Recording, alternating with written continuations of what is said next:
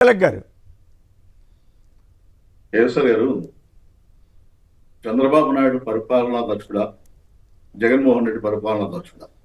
ఎందుకంటే 14 ఎన్నికల ముందు అనుభవం ఉంది. పరిపాలనా దక్షుడు చంద్రబాబు నాయుడు అని ప్రచారం చేశారు, కొంత ప్రజలు నమ్మారు, సరే అధికారంలోకి వచ్చారు. ఆయన పరిపాలనా దక్షుడు ఏంటో ప్రజలు చూశారు, 19 ఎన్నికల్లో ఓడించారు. ఇప్పుడు 24 ఎన్నికల్లో గెలిచిన తర్వాత ఈ సంవత్సర కాలంలో ఆయన పరిపాలనా దక్షత ఏమిటి? ఒకటి, జగన్మోహన్ రెడ్డి గారు అప్పులు ఎక్కువ చేశారు, రాష్ట్రాన్ని శ్రీలంక తయారు చేశారని చెప్పిన మాట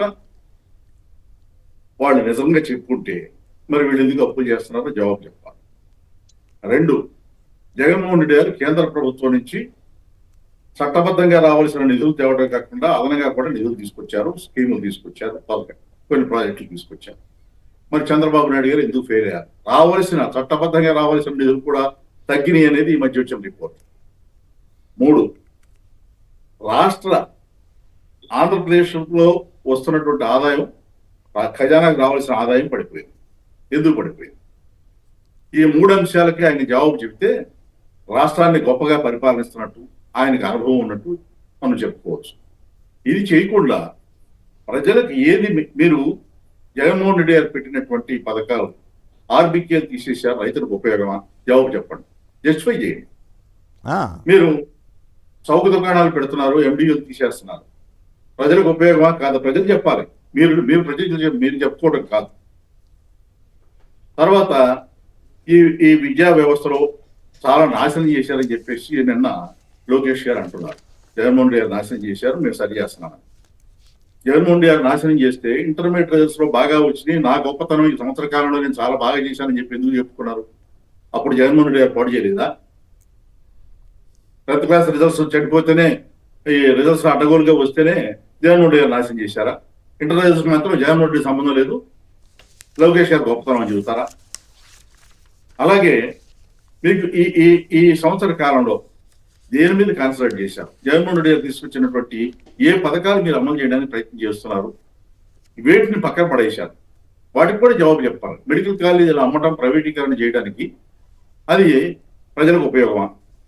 హార్బర్లు ప్రైవేటీకరణ చేయటం, పోర్టులు ప్రైవేటీకరణ చేయటం ప్రజలకు ఉపయోగమా? ఎవరు చెప్పాలి కదా. కాదు తిలక్ గారు నా పాయింట్ ఏమంటే, ఓకే, ఇప్పుడు అప్పుల మీద వీటన్నింటి మీద మనం ఆధార సహితంగా పత్రికల్లో వచ్చిన వార్తలు వీటన్నింటిని చూపించి అడుగుతూ ఉంటే ఎవరెవరో ఫోన్ చేసి కొంతమంది అమాయకులు అనుకోవాలా, అజ్ఞానం అనుకోవాలా, వాళ్ళ అజ్ఞానాన్ని జనం మీద రుద్దాలనుకుంటున్నారా, లేదు విధానాల మీద మాట్లాడలేక సత్తా లేక మాట్లాడట్లేదా? ఊరికే తిట్టిపోతే ఏం ఉపయోగం తిలక్ గారు? కేసర్ గారు, వీళ్ళంతా కూడా ఎక్కడి నుంచి చేస్తుంటారు? తెలుగుదేశం శిబిరాల్లో చేస్తుంటారు. ఇంకా చెప్పాలంటే తెలుగుదేశం ఒక టీం పెడుతుంది, ఏ టీవీలో ఎవరితో మాట్లాడాలి, మాట్లాడమనండి, మనకేం అభ్యంతరం లేదు. ఆ స్క్రిప్ట్ ప్రకారం మాడతారు తప్ప వాళ్ళు సబ్జెక్ట్ మాట్లాడరు. ఇప్పుడు నేను చెప్పిన దాని ప్రకారం రాష్ట్ర ఆదాయం ఎందుకు తగ్గింది, అవన్నీ చెప్పానండి, చెప్పాలి కదా. మనం డబ్బా కొట్టామన్నారు, ఆయన ఊరూరు బిల్డింగ్లు కట్టింది జగన్ గారు కట్టింది అబద్ధమా? పోర్టులు కట్టింది అబద్ధమా? మెడికల్ కాలేజీలు కట్టింది అబద్ధమా? మనం అయ్యే చెప్పాం కానీ ఇంక వేరే ఏమీ చెప్పలేదు కదా. అయ్యి చెప్పకుండా మరి సూపర్ 6 ఇస్తామని చెప్పి చంద్రబాబు గారు చెప్పింది వాస్తవమా కాదా? మరి ఎందుకు ఇవ్వలేకపోతున్నారు? అయ్యి చెప్పాలి కానీ ఇట్లా మాట్లాడితే ఉపయోగం ఉంది. శర్మ గారు ఎన్టీఆర్ జిల్లా నుంచి. శర్మ గారు నమస్కారం, మాట్లాడండి. నమస్తే సార్, పెద్దలకి నమస్కారం. సార్, ఈ ఏడాది విధ్వంసం మీద ఒక బుక్లెట్ వేయలేదు. కనీసం మీ బయలుపడుతున్నానేమో సరిపోని కూడా ప్రభుత్వం నిర్బంధాలు చేస్తుంటే కనీసం ఒక బుక్లెట్ వేసి ఫోటోలతో సహా వాళ్ళు చేసిన అరాచకాలు, అత్యాచారాలు, బుక్లెట్ వేయాలన్న ఆలోచన కూడా రాపడడం నాకు చాలా బాధగా ఉంది సార్. వేసారో లేదో మీకు నాకు తెలియదు కదా మిత్రమా. శేఖర్ గారు ఆయన ఎవరు శర్మ గారు అంటే అడుగుతున్నారు, ఈ ఏడాది కాలం విధ్వంసాల మీద ఏమైనా బుక్లెట్ అంటే వేశారా సార్? బుక్లెట్ అనేది ఏడాది కాలం మీద రేపు 11వ తేదీ తర్వాత వైఎస్ఆర్ కాంగ్రెస్ పార్టీ నుంచి వాళ్ళు చేసిన విధ్వంసాలు ఏంది, వాళ్ళు చేసిన రద్దులేంది, వాళ్ళు చేసిన మోసాలు ఏంది, వాటి మీద ఆల్రెడీ రేపు 4వ తారీఖు వెన్నుపోటు దినోత్సవం సందర్భంగా మేము మా నాయకులందరూ కూడా రాష్ట్ర వ్యాప్తంగా నిరసనకు సిద్ధమయ్యారు సార్. అందరూ ప్రజలను కలుపుకొని బుక్లెట్ కూడా వేస్తారు సార్. అయితే అడ్డం పడుతున్నారంటే కదా, అవేం జరగకుండా అనుమతులు ఇవ్వట్లేదని చెప్పి నేను అక్కడ వార్తలు వచ్చినాయి. సార్ ఇంకోటి ఇంతకుముందు కాలర్ సార్ నవ్వు వచ్చింది సార్. ఇది మీ ఒక్కరి విషయంలో జరిగేదే కాదు సార్, అందరి విషయంలో కూడా. ఇప్పుడు నేను అడుగుతున్నాను సార్ డైరెక్ట్ గా, నేను అప్పుల గురించి మాట్లాడాను సార్. ఆర్బీఐ ప్రెస్ రిలీజ్ లో స్టేట్ సెక్యూరిటీస్ ఆక్షన్ అని చెప్పి ఒకటి ఉంటుంది సార్. దాంట్లోకి వెళితే ఏ స్టేట్ ఏ నెలలో ఎంత తీసుకొచ్చిందని వాళ్ళ ఆర్బీఐ వాళ్ళు ప్రెస్ రిలీజ్ ఇచ్చాం సార్. దాంట్లో ఉన్నదే కదా నేను చెప్పాను. మరి అది డబ్బా ఎట్లా అవుతుంది? ఏందో మరి ఆ పిచ్చిగోళ అంటే కాదు మరి కాదు, డబ్బా మీరు ఎట్లా అవుతుంది? ఇందా తిలక్ గారు చెప్పినట్లు ఆ పార్టీకి సంబంధించిన వారు అభిమానులు ఉంటే ఉండొచ్చు, మనమేమో వారిని తప్పు పట్టట్లా. కానీ పేరు మార్చుకోవటం, అబద్ధాలు చెప్పటం, మళ్ళీ వాటిని సమర్థించుకోవటం, మనల్ని తిట్టడం, సార్, ఏంది అంటే కూటమి ప్రభుత్వం ఎంత బలహీనంగా ఉందన్నది తెలియజేస్తోంది ఆ విషయాలని. సార్ ఎన్టీఆర్ భవన్ కేంద్రంగా ఉన్మాదుల ఫ్యాక్టరీ తయారవుతుంది సార్ నారా లోకేష్ గారి ఆధ్వర్యంలో. ఎంతలా అంటే నేను అడుగుతున్నాను సార్, నాడు నేడు ద్వారా స్కూల్స్ డెవలప్ చేశారా? అది డబ్బా కొట్టుకోవడమా? గ్రామ సచివాలయ వ్యవస్థ, గ్రామ స్వరాజ్యం తీసుకు అడుగులు వేసాం మేము, అది డబ్బా కొట్టుకోవడమా? పోర్టులు కట్టాం, మెడికల్ కాలేజీలు కట్టాం, ఫిషింగ్ హార్బర్లు కట్టాం, అది డబ్బా కొట్టుకోవడమా? నాడు నేడు ద్వారా హాస్పిటల్స్ డెవలప్ చేసాం, అది డబ్బా కొట్టుకోవడమా? రైట్. అయితే ఉద్దానం స్వతంత్ర భారతదేశం వచ్చిన తర్వాత 75 సంవత్సరాల చరిత్రలో మంచినీళ్ళు అయితే చచ్చిపోయే పరిస్థితి. అలాంటి ఉద్దానం ప్రాజెక్ట్ మేము క్లియర్ చేసాం, అది డబ్బా కొట్టుకోవడమా? ఉద్దానం ప్రాజెక్ట్ వెళ్ళి చూడాలి సార్. ఆ మునీర్ ఎవరైతే నేను చూసి వచ్చాను. ఇవన్నీ పేర్లు మార్చుకుని పిచ్చేవాళ్ళు కొంతమంది, ఇదే మీరు అన్నట్లుగా కొంతమంది రెచ్చగొడితే ఎన్టీఆర్ భవన్ కేంద్రంగా ఉన్మాదులను తయారు చేస్తాం. అది మంచిది కాదు, సమాజానికి మంచిది కాదు. ఇప్పుడు ఏపీ సమాజాన్ని తీసుకెళ్తున్నారు అనేది నా బాధ. చెప్పండి.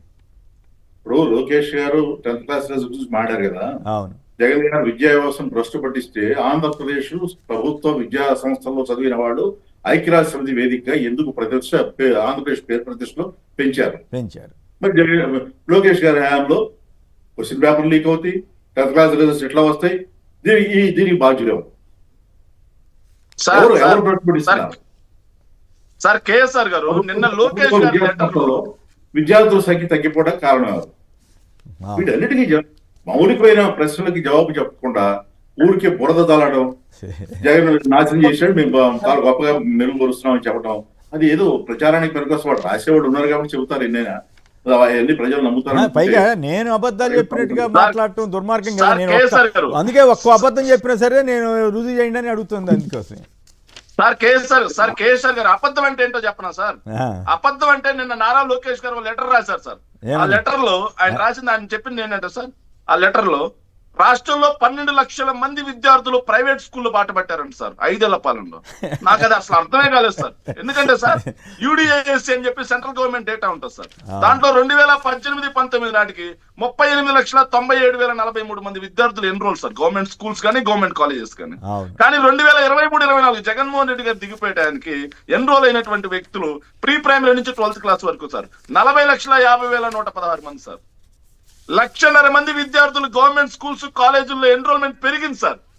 కానీ 12 లక్షల మంది ప్రైవేట్ బాట పట్టారు అని చెప్పేసి వ్యవస్థ అప్పుడు భ్రష్టు పట్టింది అంటారు, ఇప్పుడు జరుగుతున్న వాటినేమో సమర్థించుకుంటున్నారు. అది తమాషాగా ఉంది సార్. గ్రామాల్లో నిబద్ధత కలిగిన నిజాయితీ కలిగినటువంటి ఒక కైవార్ దగ్గరికి వెళ్ళి నారా లోకేష్ గారు లేకపోతే ఒక కైవార్ని పిలిపించుకొని నారా లోకేష్ గారు బహిరంగంగా మాట్లాడితే, ఏమయ్యా మా ప్రభుత్వ హయాంలో విద్యా విధానం బాగుందా లేకపోతే జగన్మోహన్ రెడ్డి గారి ప్రభుత్వ విధానంలో హయాంలో విద్యా విధానం బాగుందా అంటే ఆయన చెప్తాడు సార్ కరెక్ట్ గా.